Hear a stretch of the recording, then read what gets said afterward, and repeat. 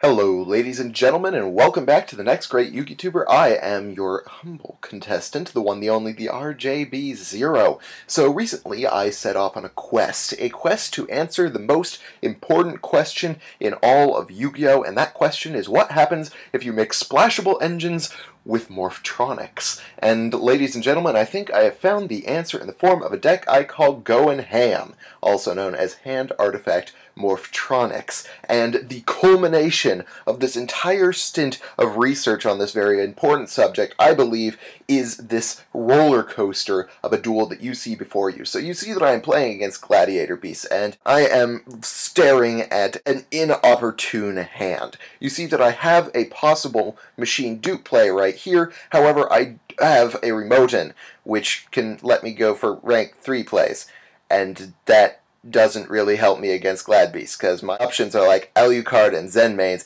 both of which he's just going to ram a Glad Beast into, particularly seeing as he has Lance. So my real options here are Morphtronic Accelerator and Theosophy of the Artifacts. One of those options is about to become closed.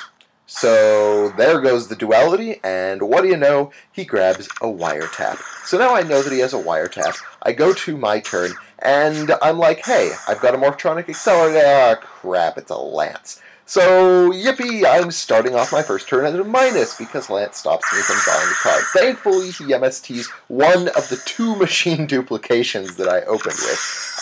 And he goes for Geysaris play. Now here I consider using Theosophy, chaining it to the Geysaris, because that would allow me to get, Moral Talk and then pop the Geysaris and then go at plus and actually have a fighting chance. However, I know that he has the wiretap, and if I activate the Theosophy, then it's going to go back to the deck, and I won't get to destroy the Geysaris, and I'll be sitting with nothing and a Geysaris on my opponent's side of the field. So that's bad, and of course, I have to draw into my second Soul Charge. So I don't even know why I'm running this card in this deck. It's just it just decided to show up at this very instant. So he draws and begins his royal ass beating, and while I'm staring down this double Soul Charge. Whoa, wait, just a second, get back here. Is that a pendulum monster? What the dicks? Who runs pendulums in Glad Beasts? Like, I didn't even notice this while I was playing the duel because I was so focused on the extreme ass beating that I was receiving from this guy, and the fact that my deck decides after, like, weeks of playing this to finally give me a Soul Charge in the form of 2 Soul Charges, and this guy's running pendulum monsters? Like, I cannot imagine for the life of me what would have happened if this had been, like, a Bottomless or a Nightmare Trap Hole or something like that. I guess I know where this duel went wrong now. Takeaway from this is don't run pendulum monsters in Glad Beasts, I guess. Let's get back to me losing. So he attacks with the quest. Is that what that is? Yes, it's a quest. And he summons Laquari, and I draw into Sling. I'm like, okay, I've got a plan. So next turn, if I get a Morphtronic monster, I could set the Sling in, let it die, and then Soul Charge it back, and then use its effect to pop a monster on my opponent's side of the field. It's a foolproof play.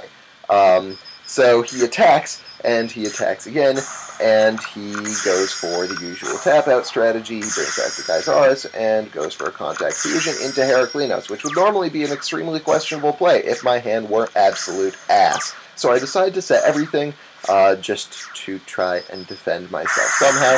And if I draw a Morphtronic, I can win this. It's a Theosophy. Okay, so I tried to bait out that wiretap by making him breakthrough skill, or wiretap my breakthrough skill. And then I ruin every chance of making that Morphtronic play by Soul Charging back my Slingin again, but at least I'm still alive. I kind of hope that he'll just summon the monster and attack so I get Theosophy, but that's not meant to be. And now all I've got is Compulse and a Theosophy, and the writing's kind of on the wall for me right now. He attacks, I Compulse, he negates, I Theosophy, and he negates. Now at this point I am considering giving up, because hey, I got nothing, I have 1800 life points left. He decides to negate the Theosophy, so I won't be getting my Moral Talk, and I consider scooping. However, I once saw a CyberKnight8610 video in which a guy named Never Scoop won a contest. And I thought, you know what?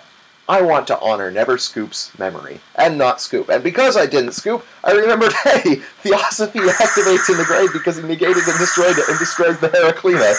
So everything is suddenly looking up. If I draw a monster, it's another frickin' machine duplication. If he draws a monster, I am done. But he doesn't. He draws Dichotomy, and then I draw for turn, and oh my god, it's a Remoten, and I've got a play. It's an amazing play. I'm going for it. I'm summoning 2 Remotens. I'm activating one of the Remotens to add a Radion to my hand, and then I summon Alucard. I destroy the back row, which is bot of Dichotomy that I don't understand why I didn't use it last turn. And then he draws into Warning, and I still have plays. I'm going for the plays. I use Alucard. I destroy the Warning. I use Remoten to get a scope into my hand. I'm summoning Radion. I've got plays. I'm attacking. I am winning this duel. Gladiator Beasts versus Morphtronics, and Morphtronics are winning in the most impossible situation. And I realize this is probably much less amusing to you than it is to me, but oh my god, I am winning this game. Morphtronic Accelerator. It's a Lance. This game is over, and I am going wild. I swear to you guys, when this actually happened, I literally dropped my computer and ran around in a circle because it was so crazy. So there you guys go. I figured I'd just share this duel with you because I had so much fun with it, and I wish I had been recording it when it actually happened, but it was just so much fun. So there you guys go. That is what happens when you mix splashable engines with Morphtronics. I will have more going ham duels on my channel once this video comes out, and possibly a deck profile if everybody insists. So I hope you guys liked this video. If you did hit this thumbs up button, if you did like the video, hit the thumbs up button. I'll get that right one of these days, because if you hit that thumbs up button, I'll make it to the next round, and that'll be awesome. Otherwise, let me know what you think in the comment section down below. And check out my channel and subscribe for more deck discussion, analysis, and general Yu-Gi-Oh! Shenanigans. Thank you guys for watching. I got a jet. See ya.